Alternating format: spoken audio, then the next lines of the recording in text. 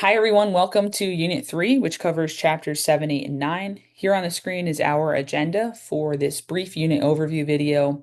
Before we jump into the actual nuts and bolts of this unit, I want to make sure that I wish you a very happy end to your 2024 and an awesome start to 2025. Happy to be ringing in the new year with all of you in this course.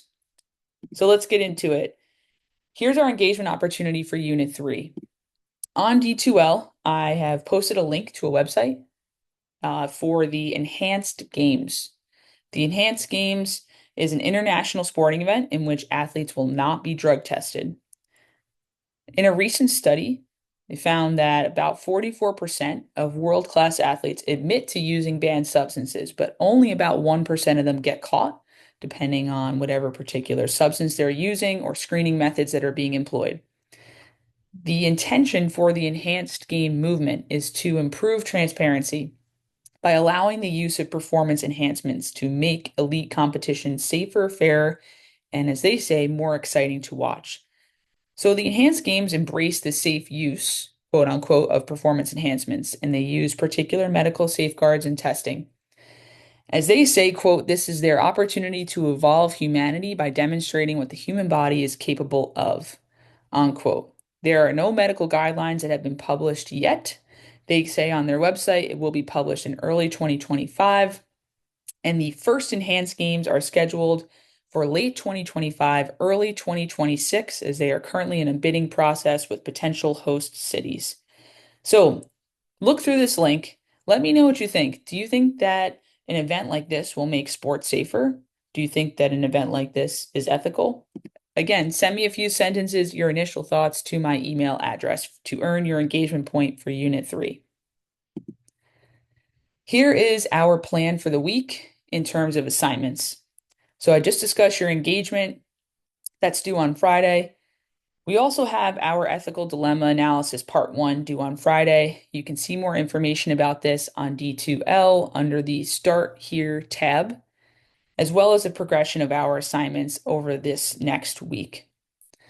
Everything concludes with our quizzes and discussion posts due on Sunday, and then our replies 2 days later, due on Tuesday by 11:59 p.m.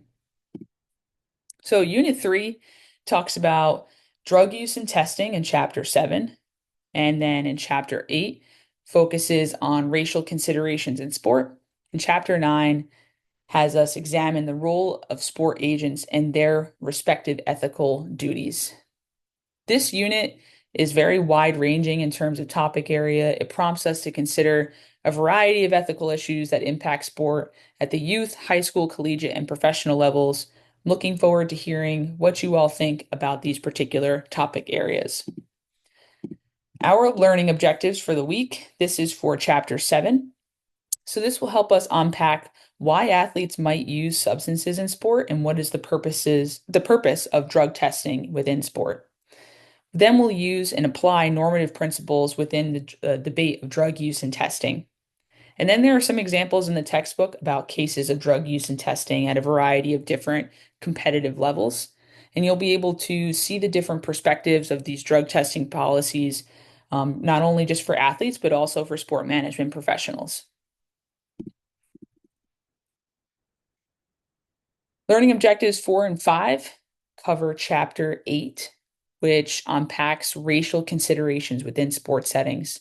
So, a major focus of this chapter is defining what racism is, both previously and how it still currently exists within sports settings. And by reading this chapter and participating in the discussion posts, we'll be able to evaluate and then also understand what distributive justice is and how it can prohibit racism within sports settings.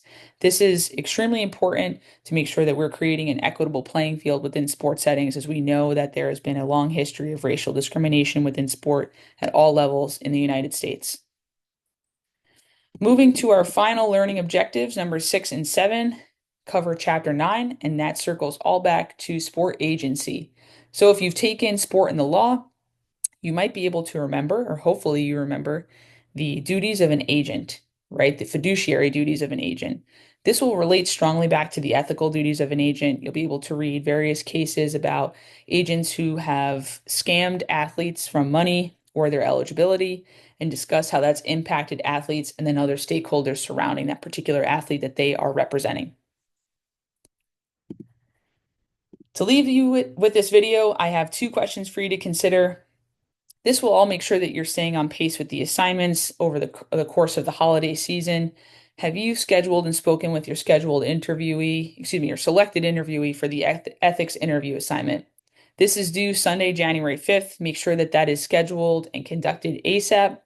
The second is related back to the responsible decision-making model for athletics. Please make sure that you're going back to look at that lecture video if you need a refresher, as this will help set you up, one, to analyze your interview, and then also for you in your case analysis. So check out the resources tab if you need a quick refresher with that. And that concludes our Unit 5 video, or Unit 3.